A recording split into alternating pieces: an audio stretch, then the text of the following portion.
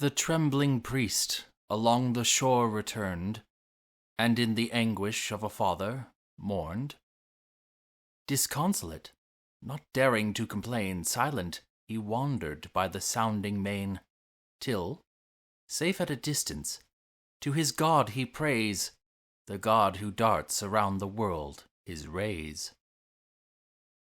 O Smintheus, sprung from fair Latona's line, thou guardian power of Scylla the divine, thou source of light, whom Tenedos adores, and whose bright presence gilds thy Chrysa's shores. If e'er with wreaths I hung thy sacred fane, or fed the flames with fat of oxen slain, God of the silver bow, thy shafts employ, avenge thy servant, and the Greeks destroy. Thus Chryses prayed. The favouring power attends, and from Olympus' lofty tops descends. Bent was his bow, the Grecian hearts to wound, fierce as he moved, his silver shafts resound. Breathing revenge, a sudden night he spread, and gloomy darkness rolled about his head. The fleet in view, he twanged his deadly bow, and hissing fly the feathered fates below.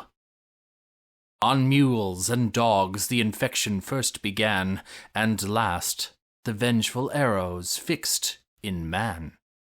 For 9 long nights, through all the dusky air, the pyres, thick flaming, shot a dismal glare. But ere the 10th revolving day was run, inspired by Juno, Thetis' godlike son convened to counsel all the Grecian train, for much the goddess mourned her heroes slain. The assembly seated, rising o'er the rest, Achilles thus the king of men addressed. Why leave we not the fatal Trojan shore, and measure back the seas we crossed before? The plague destroying whom the sword would spare, 'tis time to save the few remains of war.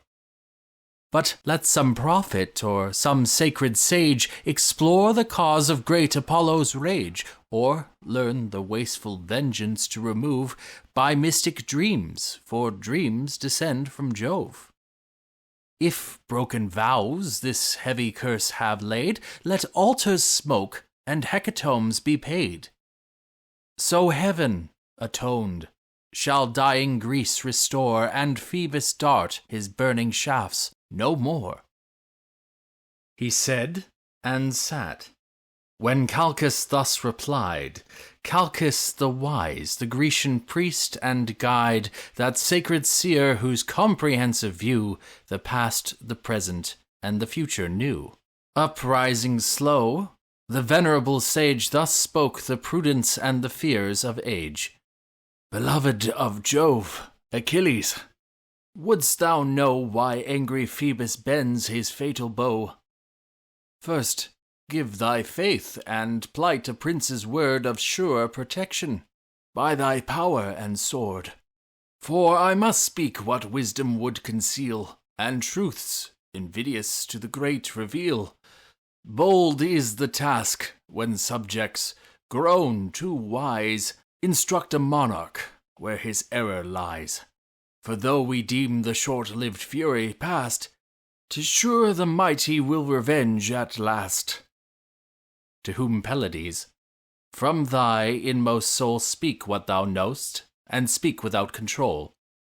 E'en by that God I swear who rules the day, to whom thy hands the vows of Greece convey, and whose blessed oracles thy lips declare, long as Achilles breathes this vital air, no daring Greek of all the numerous band against his priest shall lift an impious hand, not e'en the chief by whom our hosts are led, the King of Kings, shall touch that sacred head. Encouraged thus, the blameless man replies, Nor vows unpaid, nor slighted sacrifice, but he, our chief, provoked the raging pest, Apollo's vengeance for his injured priest. Nor will the gods' awakened fury cease, but plagues shall spread, and funeral fires increase, till the great king, without a ransom paid, to her own Chrysa send the black-eyed maid. Perhaps, with added sacrifice and prayer, the priest may pardon, and the god may spare. The prophet spoke, when with a gloomy frown the monarch started from his shining throne. Black choler filled his breast that boiled with ire, and from his eyeballs flashed the living fire. Augur accursed, denouncing mischief still, prophet of plagues forever boding ill. Still must that tongue some wounding message bring, and still thy priestly pride provoke thy king. For this are Phoebus' oracles explored, to teach the Greeks to murmur at their lord. For this with falsehood is my honor stained, is heaven offended, and a priest profaned, because my prize, my beauteous maid, I hold, and heavenly charms prefer to proffered gold. A maid, unmatched in manners as in face, skilled in each art, and crowned with every grace. Not half so dear were Clytemnestra's charms, when first her blooming beauties blessed my arms. Yet, if the gods demand her, let her sail. Our cares are only for the public weal. Let me be deemed the hateful curse of all, and suffer, rather than my people fall.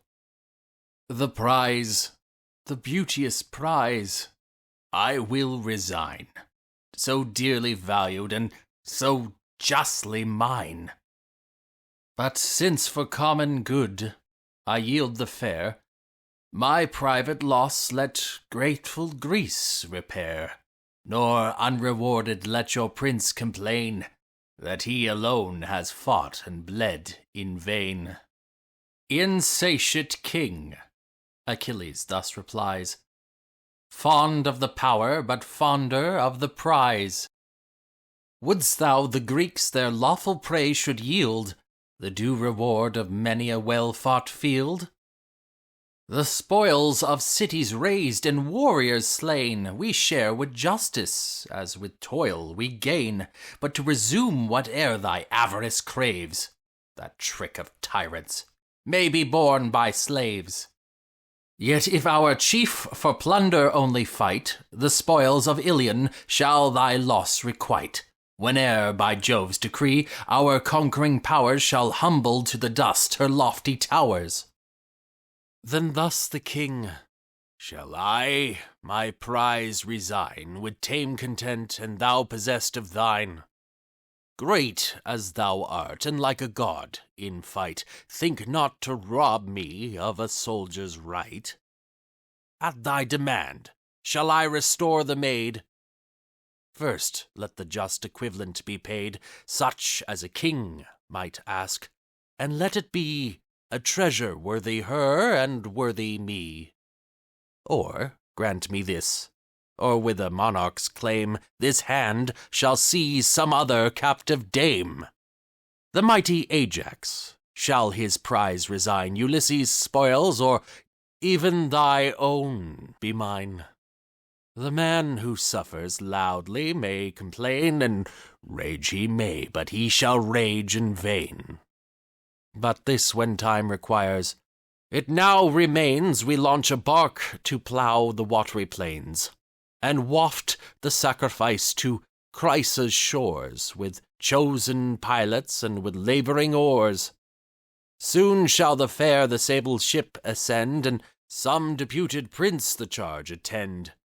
This Creta's king, or Ajax, shall fulfill, or wise Ulysses see performed our will, or, if our royal pleasure shall ordain, Achilles' self conduct her over the plain.